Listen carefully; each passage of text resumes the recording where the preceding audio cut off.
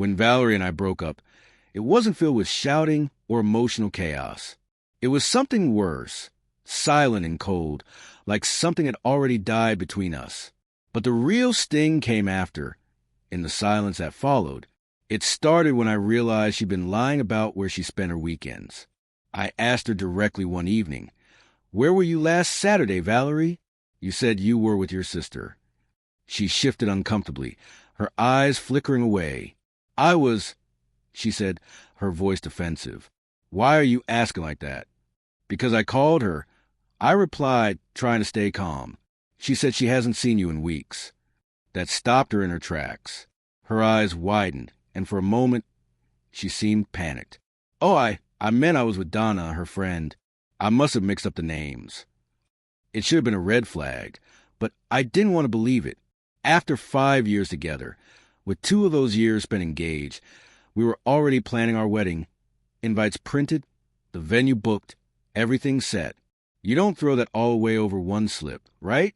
But then, over the next few weeks, she pulled away. No calls, no texts, no explanations.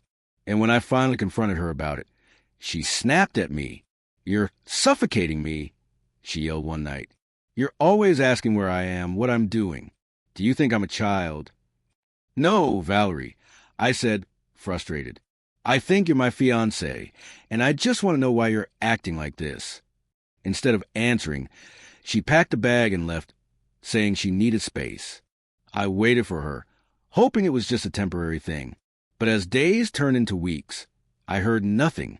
No texts, no calls, nothing. It was like I didn't exist anymore. At that point, I wasn't even angry. I was just hurt. So I made the hardest decision of my life. I called off the wedding.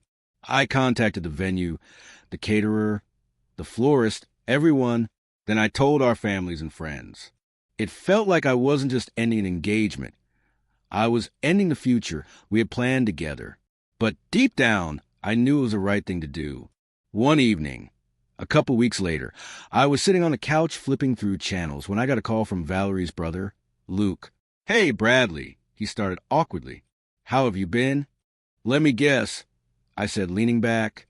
"Valerie asked you to call me, didn't she?" There was a pause on the other end. "Well, yeah, sort of. She's really upset, and she thinks maybe things got out of hand. She wants to fix things." "Fix things?" I repeated, bitterness creeping into my voice. "She ghosted me for weeks. Luke." "Weeks. She left me hanging, wondering what I did wrong. How do you fix that?" "She knows she messed up," he said, his voice softer now. "She wants to meet and talk it out." "No, Luke," I replied firmly. "If she wanted to talk, she could have picked up her phone instead of sending you as a messenger. I'm not interested." Luke sighed. "Come on, Bradley. You two were good together. Don't throw that away." "She already did." I snapped, and I'm done picking up the pieces. There was silence for a moment before Luke spoke again, carefully choosing his words. "Look, I know you're hurt, but Valerie's a mess. She doesn't know how to fix this. She wants to try. She had plenty of chances already, Luke," I said. "I called and texted her when she left, but she didn't answer. She lied to me, ghosted me. I'm not her backup plan when things aren't going her way." Luke paused and said, "I get it, but please, just hear her out. You both deserve closure." "Closure?" I repeated, my voice sharp. "I don't need closure. I need honesty. I need her to stop treating me like I'm nothing. I'm done." I ended the call before he could respond, feeling a mix of frustration and resolve. I couldn't believe Valerie thought I'd just pick up where we left off. The audacity. But that still wasn't the end of it. No, it would have been too simple for her to just leave me alone. The next day, Valerie's mother called. She told me how difficult everything had been for Valerie and how sorry she was. But I had already made my decision. Valerie had pushed me away, lied to me, and ignored me for weeks. I couldn't trust her again. Her mother insisted Valerie had changed, but I didn't care. I wasn't going to be part of her journey anymore. I was done. A few days later, just when I thought I was starting to move on, I got a letter. The envelope was in Valerie's handwriting. I stared at it for a long time before finally opening it. Part of me wanted to throw it away, but my curiosity got the best of me. Inside was a long handwritten note, filled with her usual dramatic apologies. She said she missed me, but about halfway through the tone shifted. She wrote, "I've been thinking about how we can fix this. Bradley, I still have the key to your apartment, and I've been thinking about stopping by so we can talk face to face. I've even looked into a counselor for us. I know we can make this work, if we just try." I froze. I had completely forgotten she still had a key. I changed the locks when she left, but the thought that she assumed she could just walk in made my skin crawl. The next day, I sent her a short response. "Valerie, I've already moved on and you need to do the same. Please don't contact me again." I thought that would be the end of it. I was wrong. A few days later, the last thing I expected was Valerie's sister, Monica, showing up at my door unannounced. I was in the kitchen making coffee when I heard the knock. I opened the door to find Monica standing there, her expression tight, as if she was carrying some heavy burden.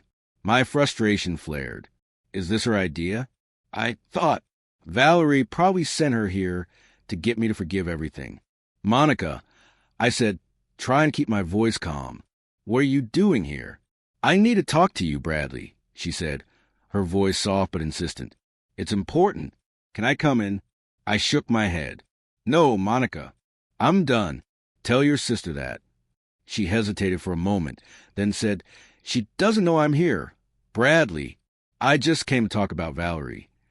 Something you need to know. Maybe then you'll understand and forgive her." It stopped me cold. My heart jumped and my instincts kicked in. What could she possibly say that would change anything? "I don't want to hear anything about Valerie," I said, trying to cut her off. "She's the one who left. She's the one who vanished without a word. There's nothing left to say." But Monica didn't back down. She took a step closer and lowered her voice. "So, you don't want to know where she was all those weeks?" That question hit me like a gut punch. I froze. I'd spent so much time trying to figure out why Valerie had suddenly disappeared. Tortured by not knowing, I had my suspicions, but hearing Monica bring it up made my stomach turn. For a moment, I hesitated, tore between wanting to shut it all out and needing to know. "Come in," I said, finally, colder than I meant to sound. "What happened?" Monica drew in a long breath, her face shifting between guilt and resolve. She was with someone else. She went on a trip with him, a guy she met at the gym a few months ago.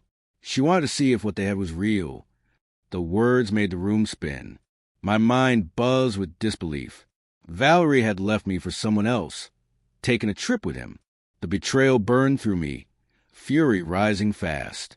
But Monica continued, oblivious to my rising anger. After a while, she realized it wasn't what she wanted. She says it was always you, Bradley. She was confused, but she knows now. She wants you back. She wants your forgiveness. I stared at her in disbelief, heart pounding, my body tight with rage. "So let me get this straight," I said, my voice shaking.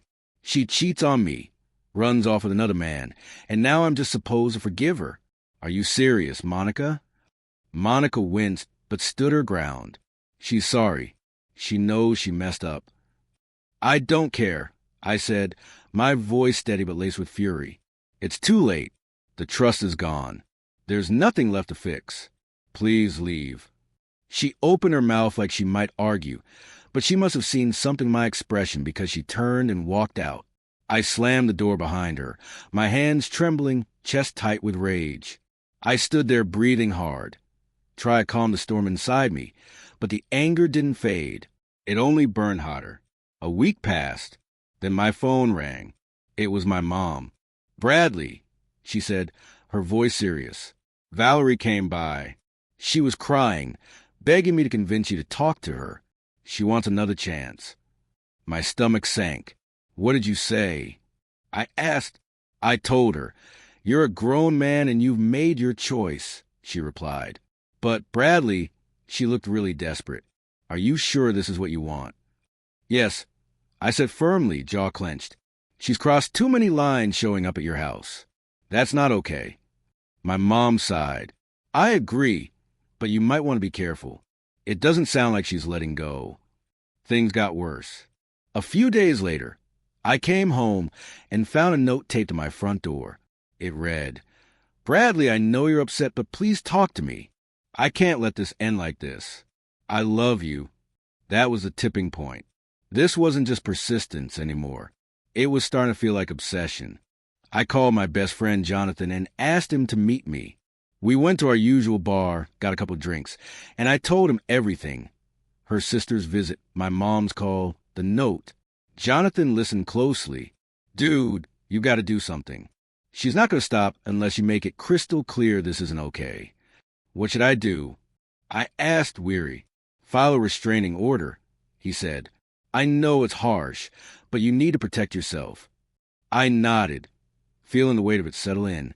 I hated that it had come to this. But he was right. That night, I went home exhausted. But as I stepped out of my car and headed toward my apartment, I froze. Valerie was there waiting. She walked toward me, eyes full of pleading. "Bradley, we need to talk. I love you. I can't let you go." I stared at her, disbelief and frustration tightening my chest. "You're seriously doing this? Getting your family involved? Showing up here?" She moved closer, her voice shaking. "I don't know what else to do. Please, can't you see that I love you? I'll do anything." I stepped back. "You disappeared. Valerie, you cheated. You begged my mom to get involved. And now this. No, I'm done. I made my choice." Tears welled up in her eyes. "Please don't do this. I can't live without you." "Then live with the consequences." I snapped. "You did this. And if you keep showing up like this, I will file a restraining order. This is not okay anymore." I walked past her and into my apartment, shutting the door on everything we'd once been. And I followed through. I filed the paperwork. I expected more drama, another attempt to win me back. But instead, it all stopped. The silence was strange at first. No more notes, no more visits, just quiet. It took a while to process everything. It wasn't just the end of an engagement. It was the unraveling of someone I thought I knew. But in that silence, I finally found something I hadn't felt in a long time. Peace. One night, sitting on the couch with Jonathan, a couple of beers in, he looked over at me and said, "You seem different, lighter." "Yeah," I said. "I guess I realized I don't have to carry all that anymore. Valerie made her choices. I made mine. I'm finally free."